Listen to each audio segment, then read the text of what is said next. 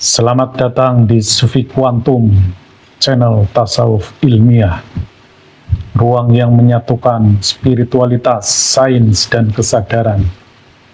Di sini kami membuka jalan rekoneksi manusia dengan Tuhan melalui aktivasi ruh sebagai gerbang kesadaran yang bekerja dalam bahasa frekuensi dan gelombang.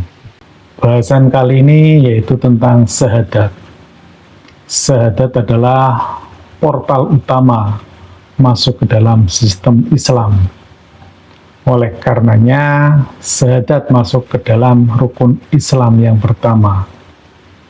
Namun faktanya, syahadat yang artinya menyaksikan asyhadu an la ilaha illallah wa asyhadu anna muhammadar rasulullah.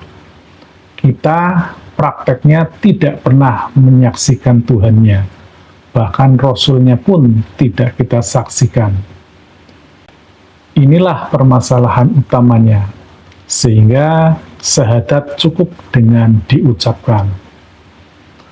Kesalahan utama manusia zaman ini dalam berspiritual, yakni memahami spiritual yang sifatnya metafisika dalam kerangka logika fisika. Karena rumus utamanya adalah di balik materi hanya tentang tiga hal, yakni energi, frekuensi, dan getaran. Dalam perspektif tarekat Qadim, semesta ini sifatnya gradatif dimensional. Pada dimensi tertinggi, inilah alam ketuhanan yang sifatnya maha Qadim, maha metafisika ultra. Dan di sini sifat Tuhan adalah laisa kamitslihi syai'un, tidak serupa dengan apapun. Oleh karenanya, Tuhan di alam ini tidak dapat dideskripsikan, tidak dapat didefinisikan, unknown object. Oleh karenanya, tidak mungkin akal manusia dan pembaca virtualnya atau indrawinya menyaksikan Tuhan. Ini prinsip utamanya. Dan di dimensi berikutnya, inilah alam qadim, alam intermediate, alam yang mempersambungkan antara maha qadim dengan alam relatif. Di sini bentuknya nur atau ruh. Ruh adalah gelombang yang bermakna. Atau dalam bahasa fisikanya, ini adalah alam partikel kuantum. Atau disebut juga dengan metafisika ultra. Dalam perspektif kesadaran, inilah alam atas sadar.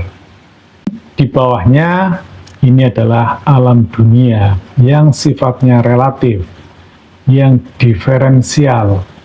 Berbeda dengan alam qadim ini, sifatnya singularitas. Ini adalah alam tunggal. Tetapi alam dunia ini alam diferensial, sehingga pola hubungannya selalu mengikuti pola subjek, predikat, dan objek. Alam ini kompatibel dengan akal rasional manusia dan pembaca virtualnya. Dalam perspektif kesadaran, ini disebut dengan alam sadar, yang terikat oleh ruang, waktu, dan materi.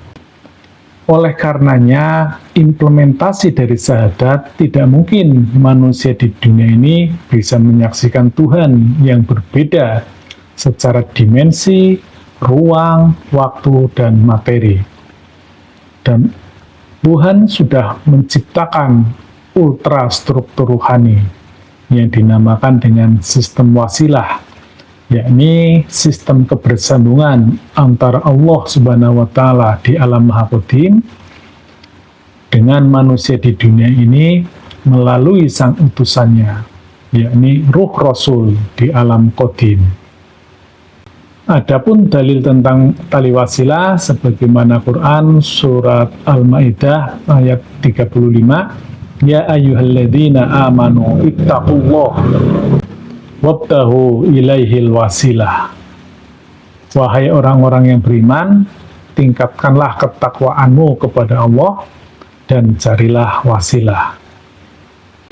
Dan salah satu kekeliruan manusia menganggap bahwa Rasul ini telah tiada, telah wafat. Padahal Rasul adalah entitas ruh yang fungsinya mempersambungkan antara Allah dengan manusia di dunia ini. Jadi bentuknya ini adalah frekuensi atau gelombang atau channel of God, channelnya Tuhan. Dan di dunia ini selalu ada penerimanya, selalu ada transmitternya. Dulu ini adalah seorang nabi. Namun, nabi saat ini telah khatam.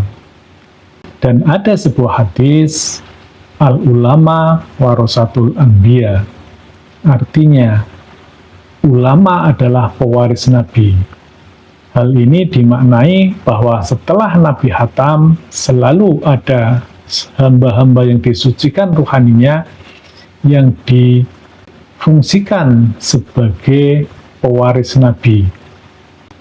Dia bisa seorang rasulun min anfusikum, bisa ulil amri minkum, atau bisa juga waliya mursida, sebagaimana Quran surat Al-Kahfi 17.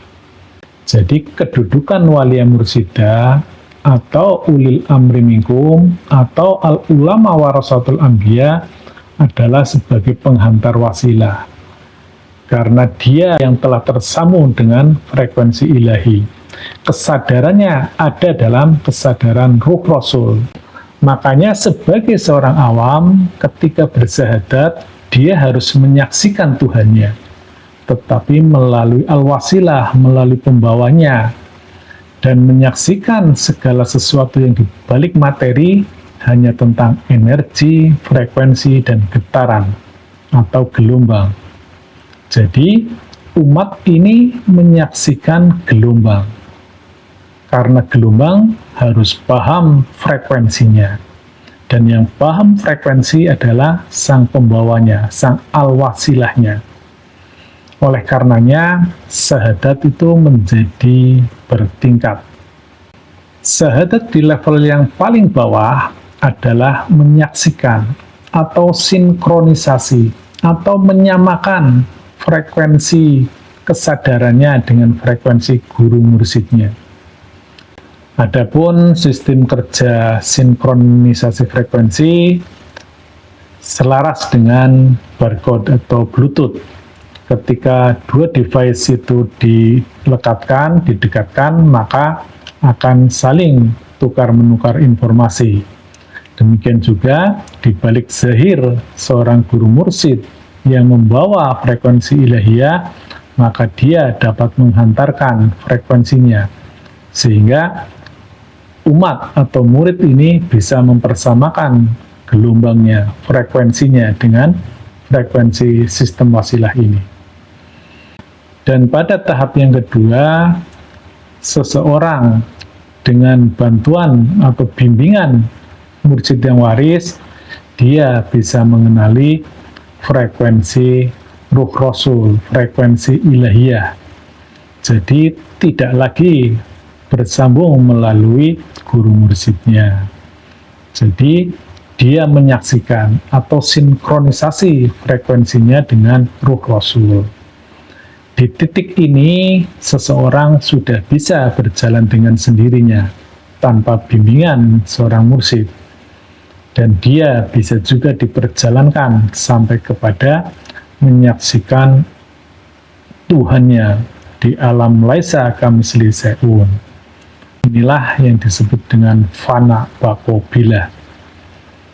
Demikian, jadi dapat saya simpulkan bahwa syahadat dalam perspektif tarekat qadim adalah sinkronisasi frekuensi ruhani. Dan ini hanya bisa dilakukan secara bertahap. Pada tahap pertama, yakni sinkronisasi frekuensi dengan guru mursyidnya. Pada tahap kedua, sinkronisasi frekuensi dengan ruh Rasul. Dan pada tahap tertinggi inilah ketika seorang sudah sampai kepada Tuhannya.